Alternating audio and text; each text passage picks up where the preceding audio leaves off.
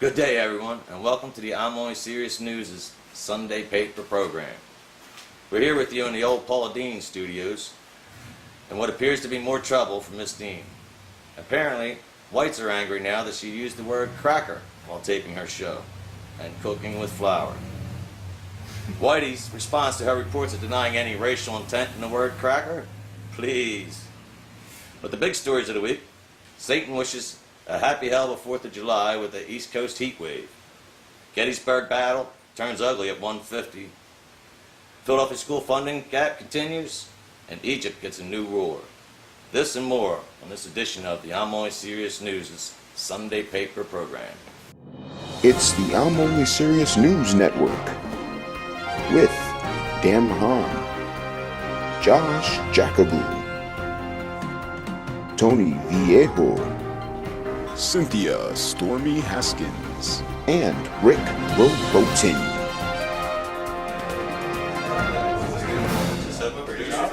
First up tonight, the Northeast is mired in a record heat wave as the nation celebrated the 4th of July. And what better way to celebrate the 4th of July than to be diving for cover from fireworks gone astray? And that was just from the legal ones, folks. But more on this current heat wave, let's go to our weather reporter, Cynthia Stormy Haskins. Thanks, Dan.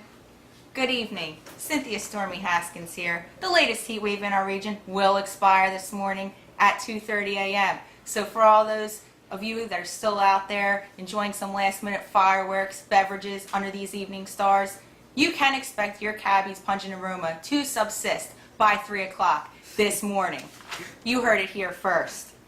Also, in other weather-related news, it's expected to cool off soon, but not before heat indexes likely approach 110 degrees. Okay?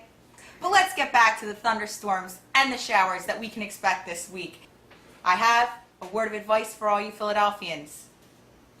Go in your closet, go to the back, crimps. Crimps. So it's going to be cloudy and dark tonight, clear skies, 93% chance of rain. Winds west, southeast, southeast, southwest, coming in at 8 miles per hour. More of the weather, we're going to take you outside with Rick Robotin, who's there with Josh Jacobo. Thanks, Cynthia. I really appreciate it. I'm standing outside here with Rick Robotin, a civilian who was just walking down the street in this rain. Yes, This rain. heat wave rain. Rick, what were you doing out here this lovely Sunday It's before the finally rain? returned to refresh our minds and our souls. That this heat is corrupted and infected in here. It's where we are damaged. No, we must be refreshed. We must open ourselves up to nature. Experience it truly, the way we were meant as animals. Wow, Rick, this is a little bit extreme from the news, but we're on live TV, so you have to keep recording. Rick, I can tell you're an animalistic gentleman. Now, what exactly were you doing out here this evening when we found you? I saw you walking around the grass. Looked like you're deep in dust. What was that all about? Yes. The planet has replenished my energy that was robbed by the sun. Yes, it has. It's angry with me. We do need water Wow. for our plants to grow. This gentleman has his shirt off. The precipitation of the sky dropped into the humidity of the terms they've taught me in my weather school. I do have a degree for this, folks. I am a human being. And this gentleman, he just loves it out here in the wild. He's a very naturistic gentleman, if that's even a word. We're going to take it back inside the studios. Thank you, Rick, very much for stopping by for this segment of our news and weather. Rick, if you don't mind, if you can look into the camera and say, back to you, Cynthia. Back to you, Cynthia. A marina in Seattle was burned to the ground, destroying all their boats. Ah, the joy. The accidents have turned many towns to cancel future shows due to the costly lawsuits, and just to let everyone have their own fireworks display. In the West, forest fires continue to burn, with experts predicting even more intense flames and fires as the dry conditions from the drought continue. I'm Only Serious News reports the recently laid off forest fire spokesperson Smokey the Bear may be behind some of the recent blazes. Police are now questioning Yogi and Boo Boo about his whereabouts.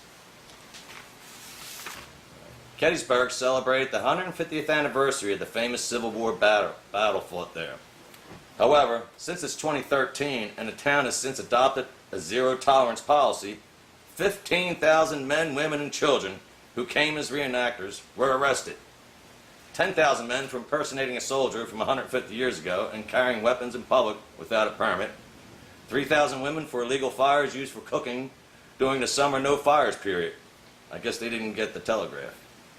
And the 2,000 kids who were taken into custody were placed immediately with child services till their parents can prove that they can act like adults. In Philadelphia, Mayor Nutter is trying to raise more funds for public schools by raising the tax on cigarettes by $2. This on top of the $3 per pack tax now in place. When told by his own economist that raising the taxes to that level would limit and have more people quit smoking, thus limiting the amount of money available, he immediately signed into law to lower the smoking age to 12. The Inquirer reported Monday that killings in Philadelphia were at an all-time low. However, they had to rescind the story Tuesday when they learned that folks celebrated Monday's news by taking to the streets and shooting into the air to celebrate. The resulting rain of bullets falling from the sky pushed the total to record highs. The Inquirer denied any links. Also in the news paper, the Taliban attacked a NATO supply company called C3PO, who provides supplies and logistics and transport services for the NATO alliance in Afghanistan. The Taliban thought it was where the drones were located. In a statement from the company's president, he stated, "Luke, you are my son." President Obama has nominated 5 openly gay U.S. envoys to be ambassadors, including the one for the Dominican Republic Post. But only the Dominicans are making a fuss. Cracker, please. Did you see their dance troupe in either the Philadelphia or Glenside parades this year? They're worried about gay. Monsignor Pablo Cedino said his nomination shows a lack of sensitivity by the U.S. government. Well, if our gay men aren't sensitive enough for his country, that half-ass Haitian can kiss my... In other international news, Egypt overthrew the democratically elected president this week and replaced him with Ramses X, who promised to get the people back to work building pyramids. In sports, the Flyers continue to sign aging free agents as GM Paul Holmgren refuses to believe the steroid era is over. The Phillies are stuck in a .500 season for the second straight year, but all hats are off for Cliff Lee and Dominic Brown, both selected to the All-Star game. The remaining Phillies will take their time during the All-Star break to hang out with Flyers GM Paul Holmgren and his team of doctors. And the Sixers haven't done anything stupid in 3 weeks.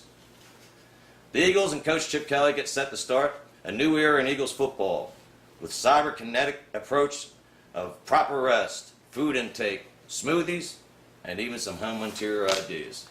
Also this week in entertainment, we have the new Lone Ranger movie is flopping in theaters. Johnny Depp as Captain Jack Sparrow as an American Indian Tonto was seen crying outside the famous Grauman's Chinese Theater in Hollywood. It was thought to be due to the dismal movie proceeds, but it turned out there was just trash at his feet. That's old school. We're going to have a new segment here at the Sunday Paper program. Every Wednesday night, hump day of the week, is open mic night at the Northeast Comedy Cabaret. We'll be interviewing and showing some clips of different comics who performed that night. And it will be called Hump Day at the Cabaret. And with us this week, I was able to grab a hold of a comic who's been on the scene for a little over 10 years, just getting back recently from a bit of a layoff, Jason Hazelwood. Okay? I love threesome porn. I love the idea of threesome porn because I've actually been married for 14 fucking years. So when you're a 42-year-old guy and you've been married for 14 years, you don't get much opportunity to be involved in threesomes. But I love the idea of threesomes so much that I have this recurring dream. I have a dream that I'm on Wheel of Fortune with Vanna White and Pat Sajak. And Vanna White is naked. And I'm naked. And Pat Sajak's naked. That's kind of the weird part. Well, that's not the really weird part. The really weird part is I'm strapped to the fucking wheel, right? And Vanna White is on top of me on the wheel.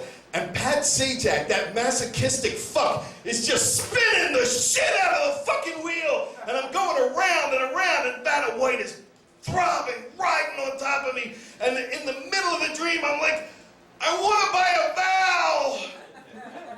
Oh! And then Vanna's like, yeah, me too. Eee! And it's a recurring dream, and sometimes Pat Sajak is like, yeah, me too. Why? But just sometimes. Sometimes why? Good evening, everybody. This is the first edition of our Comedy Cabaret Corner. With us tonight, Jason Hazelwood. Hey, how's it going? Jason, good to see you again. man. Nice to see you, brother. Jason's an old friend of mine. I met when I was just getting into comedy. He'd already been at it for a few years, but taking some time off recently. What gives? What's going on with the family and the family life? Yeah, you know what? This is great. The whole the comedy cabaret. It's so nice to be back, but it's not that nice. You know, as great as it is, it's sort of hard. Like, you know, it's hard to write every week, and especially going out and doing open mics. Like, being an open mic comic is probably the hardest thing to do, because you feel like every week you got to write new stuff. You're working a crowd, and it's constant writing and it's constant performing, and it's tough. It's tough. I got 2 little ones at home and the wife, and a full-time job. You know, it got in the way of this. Amen. Unfortunately, you know. Well, you got to man up, right? Everybody has to man up. Now we filmed a little bit of your clip that you, from tonight's performance that you did here for us, and we're going to take a look at that right now. So we're into that. Yeah, it's good stuff. That guy's really hilarious. Yeah. Look at him go. Well, as you can see, he's got a lot of emotion in his act, everybody. Very funny stuff.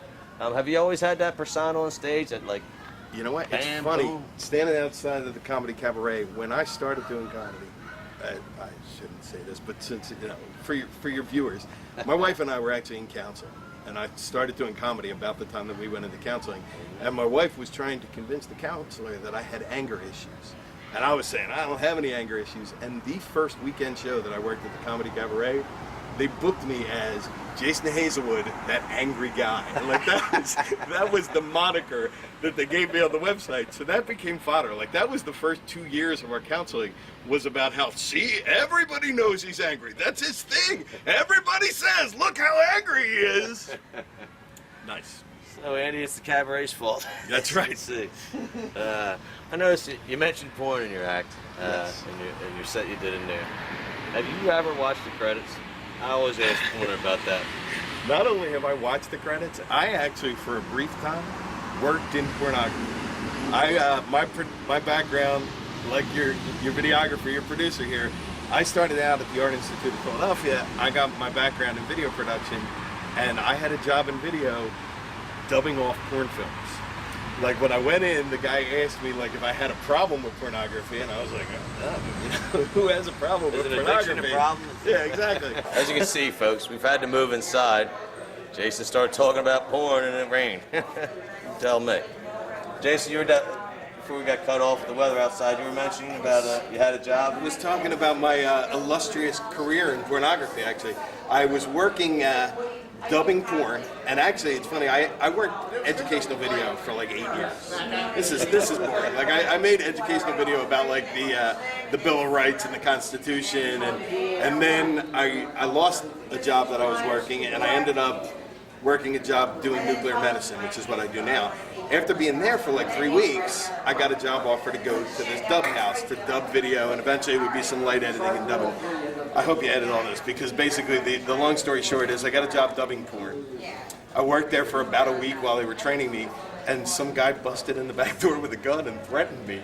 He was like, "You tell Tony we need our fucking money." And I was like, "Listen, I don't need this job." So I went back, and now I've been with the company. I'm at 12 years now, which is another part of the reason that I don't do comedy anymore. Is I do nuclear pharmacy. I'm a nuclear pharmacy technician, and It's as boring as it sounds. It's a terrible, terrible job compared to this and yelling at people. Of course, the terrorists will like to hear that, wouldn't they? Nuclear pharmacy is a whole new place to cause terror. You know, people often ask comics. I'm sure you get this when you meet someone and they say, "What do you do?" And you say, "Well, I'm a comic." They always say, "Tell me a joke." What do you do in that case? You know what? I've had that. You know, particularly with people I work with. You know, they're straight-laced, they're pharmacists. I get, well, say something funny, or what's even worse is I'll get people who say, you know, I've known you so long and you're not funny. Like, well, fuck you. You know what I mean? Like I don't. But I am angry. Yeah, I don't tell jokes. Like I never have. I tell stories, and generally, you know, things that happen in our lives is what makes the comedy. People who get up and try to tell a joke. Like a joke is something you've heard before, you know, it's a funny anecdote. Like things that come from your life are funny. Well, some guys will go out and build a tree house or cut the lawn or whatever, right? Yeah. And comedy's our outlet. Yeah. Comedy's our outlet. Finally, Jason. Hold on. Before you ask that question, let me just reposition. Just so I can at least have like one kind of like cut, make it look like we shot with two cameras. Okay. Stupid as that sounds. So you ask the question. Finally, Jason, do you have any particular set that you've done over the years that just comes to mind when you think about, man, that was just a killer night, a killer set? You know what? When I started out, I had long hair, like ridiculously long hair. I don't know, you know, if you remember. Oh, I do like, recall.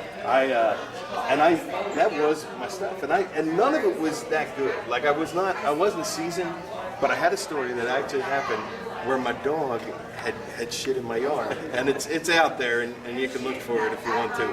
And it was bad. Like it was raw and it was cold, but it's funny. Like I'll go back and I'll look at it now, you know, because I'm a narcissist. Like I'll go back and watch myself and I'll go like, that was probably when I was funniest, and that was after I was doing it like 3 or 4 weeks. And that's. Do you remember like any particular show where you were at when it was at Helium. Like it was my first time on the big stage in Helium. And I really think like it was, you know, like I said, maybe 3-4 weeks into me doing comedy. And I feel like I peaked there. Yeah. You know what I mean? So why bother? Like why bother telling jokes after that? Like I killed at Helium, at least in my head. So I don't want to bore our audience with you about work, but I have to ask, what is a nuclear pharmacist? I mean, who the fuck is taking nuclear fucking pills is what I want to know. I'm a nuclear pharmacy technician, and what it is we do imaging on hearts and brains and lungs. Basically, we like when they inject take them, a dye type of thing. We inject them not with a dye that's contrast media, but But we inject them with radioactive material, and the radioactive material is tied to a ligand, and that ligand tells it where to go. So, you know, if we want an image of the heart, we have a certain drug that we inject the radioactivity. It goes directly to the heart, then they can image the heart and get a nice, clear picture of the heart. So that's what I do. I inject radioactivity into old people. Oh, the terrorists really don't want it. You know, if it's safe for old people, there's very little that they can do with it. You know. Sounds like what a terrorist would say. Well, it's been a great time getting to see you again. Always a pleasure seeing you. And I hope you pick back up. And for the missus, he's a funny man. Yeah, let her know. Thanks a lot, guys. I appreciate it. Sure thing, brother. And good night. All right. Do you want to say something like, you know, back to the studio or something like that? I'll do a little pub for the cabaret. Anytime? Well, yeah, anything you want. Just, you know, back to you guys in the studio or something like that. Well, that wraps up our segment of the Cabaret Corner here at the Northeast Comedy Cabaret. And let me tell you, folks, if you want to come out and catch some comics on a Friday or Saturday night, come on out. We're right off at the end of the boulevard here in Northeast Philly. And Wednesday nights, open mic night, so any of you comics out there want to get some time in, this is the place to be. Have a good night. Finally this week, activists of Florida unveiled a monument in front of the Bradford County Courthouse. It was put up next to a granite slab with the 10 Commandments etched in. Their monument states, "I'm me above a mirror." And more on the monument, erected by the atheists in Florida, our very own atheist correspondent, Tony Viejo. Thanks, Dan. All right, so the atheists in Florida have erected a monument in... Why? Why have they erected a monument? I'm an atheist, all right? Here's my problem with this. I don't want to be part of something, hence why I'm an atheist. I really don't want to be part of any group, anything. I don't want to have to go to meetings. I don't want to have to pay attention to monuments going up or anything like that. I'm pretty sure there's more important things for our society to do than to bring atheism awareness. Really? Only in Florida would people be doing this. That's all I gotta say. And there's like a message on there about an atheist believes in building hospitals instead of churches and public deeds instead of religious deeds. You know what though? Churches build hospitals. Churches do things, and they're community-based. The problem I have with churches is the tax system. You have preachers that live in buku billion-dollar homes, and they're not paying any taxes. That's a problem with the church. So if you want to attack an atheist, go after the church for the taxation, not to have an equal standing on the fact that we don't have a belief structure, but we need a monument to say that we're just as good as you guys. That's really helping equaling out the playing field. Good job. Finally, folks, we'll close out with another edition of Tony's Misled Thoughts. Thanks, Dan. All right, this week on my Misled Thoughts, I know I just told you guys about Florida and the whole atheist thing, but I still have some more grief with Florida. I used to live in Florida. I spent 10 years of my life living in the Northwest Panhandle. And now Florida, on July 1st, a bill went into effect where stores that could not sell, well, actually, hold on. It was completely illegal to own pipes, any type of pipe, regular, all forms of tobacco pipes, whether it be a water bong, a hookah, any type of pipe is now illegal in the state of Florida. Now there's a lot of pipe shops, novelty shops, a lot of pipe shops, a lot of tobacco shops in Florida. Actually, pipe tobacco is a big thing in Florida. It's a big thing in the South. But unless your business now is 75% based on pipe and tobacco products, you're not allowed to sell pipes at all. And it's illegal to have them handy on you. Like you can have them in your home, but you can't have them in the street or anything like that. So I don't get it, Florida. What are you trying to do? During the Civil War, you're a Confederate state. You wanted separate states' rights. You wanted to have less regulation. You wanted the federal government out of things. First thing you do is you start drug testing people on welfare. All right, fantastic. Guess what? That costed you more money than you would have spent on welfare to begin with. And if you want to drug test people on welfare, what you also need to do is drug test everyone who receives a government pay check. That's only fair. Your whole complaint about people on welfare, possibly on drugs, is because they get a government check. Well, you know what? If you work for the government, you should be held to the same standard. That's just my opinion. That does not reflect the I'm Only Serious News Network.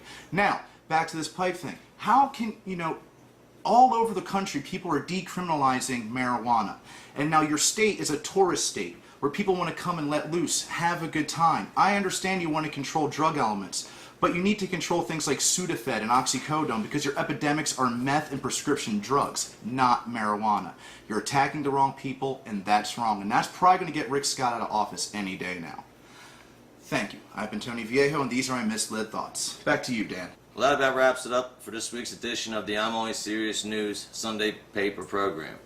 I'd like to give a thanks to Tony, Cynthia, Rick and Josh doing the outside reporting, and of course Darren, our producer and director.